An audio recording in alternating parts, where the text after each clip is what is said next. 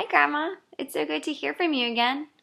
I got your email this week. I see that you're interested in learning about infectious diseases now.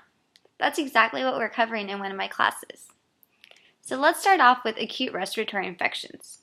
ARIs, acute respiratory infections, are the leading cause of death from infectious diseases in the United States and the world. ARIs include both the upper and lower respiratory tract. Let me go ahead and show you that.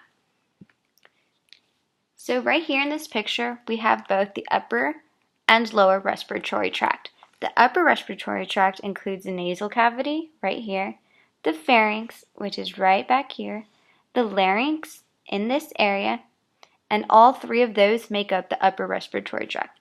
The lower respiratory tract, which is down here, includes the trachea, the primary bronchi, and the lungs. The lungs also include the secondary bronchi, the tertiary bronchi, and the alveoli. And all of these three make up the lower respiratory tract.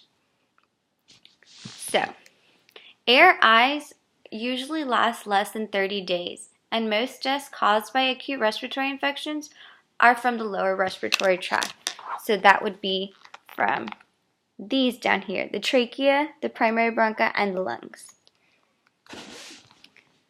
So let's see, how can you diagnose an acute respiratory infection? It's actually quite difficult. In developed countries like the United States, physicians begin using a stethoscope. So one of these, right here. Physicians begin listening to your lungs using the stethoscope and listen for crackling, bubbling, or rumbling sounds during inhalation, so the breathing in. Getting a complete blood count may also be used to determine if there is an increase in white blood cells. If there's an increase in white blood cells, that means that there's a presence of an infection. In the United States, using a chest x-ray can also be used to make a definitive diagnosis of pneumonia. Without using a chest x-ray, the diagnosis can be a lot harder. Sometimes screening for pneumonia can also be used by checking the C-reactive protein levels. If these levels are low, a chest x-ray and antibiotics may be prescribed. In children between 2 and 12 months, the World Health Organization, also known as the WHO, will classify children with pneumonia only if they are present with 50 or more breaths per minute. In children 12 months to 5 years, it would be 40 breaths per minute. And some people, such as community health workers, they're trained to count breaths per minute by using an acute respiratory infection timer. This will allow them to count how many breaths per minute the child may be present.